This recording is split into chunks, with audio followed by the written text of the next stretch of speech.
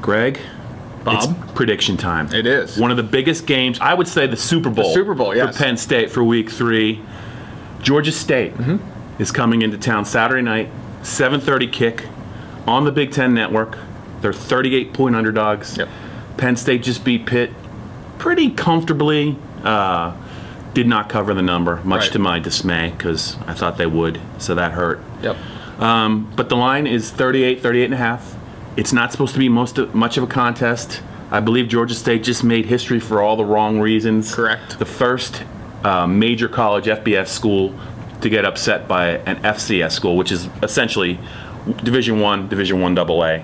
They got beat in their opener. So things are not looking great for Georgia State. How do you see this one playing out, and what would you like to see from Penn State? Yeah, I think I just need to see them dominate for 4 quarters. This is their last chance of a tune-up before they go to Iowa. And you can say what you will about Iowa, and they might not be this, and they might not be that, and they struggled with Iowa State. But Kinnick Stadium, 7:30 primetime kick. Right. It's not going to be an easy place to play. And if you're not firing on all cylinders, you end up like Michigan ended up last year, and you might lose out there. So I think I need to see Penn State play 4 quarters of good football. They need to make sure that there's no penalties, no turnovers, little mistakes. There's obviously never a perfect game, but as few as possible.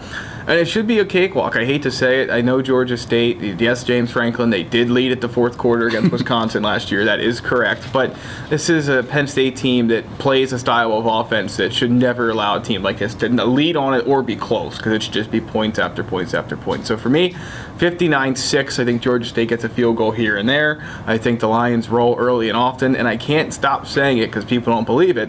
Yes, the NCAA rulebook, Bob. You can play 12-minute quarters in the second half. Ooh. Keep an eye out for it. I'm not saying it's going to happen, but there's no question in my mind that it's something that could be discussed. Both coaches and the referee have to agree to it. If this game is like we think it's going to be, the rule book says the example is 56-0 at halftime.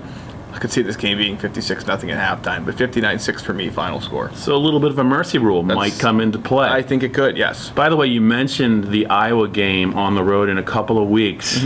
And our guy Dave Jones, I can just the wheels are turning already in that big brain, and he's already crafting, I think, maybe possibly forecasting Penn State's demise in week 2. Yeah, in 2 weeks. We'll see if he does.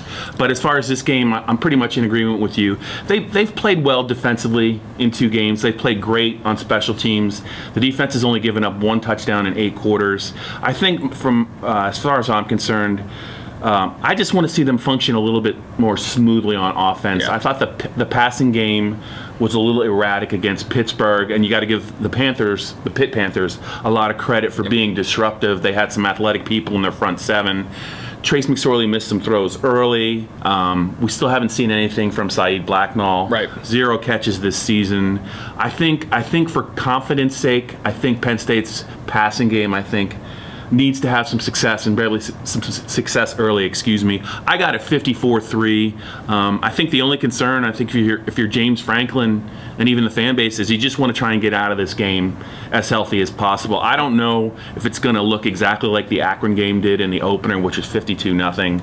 But the way that Georgia State started the season, it looks like, I think by halftime, if you were at the game, you could probably get on 322 or the back way and get some sleep. So we'll see if it's a game, but we both kind of doubt it. All right, let's take a look at the rest of our staff's picks.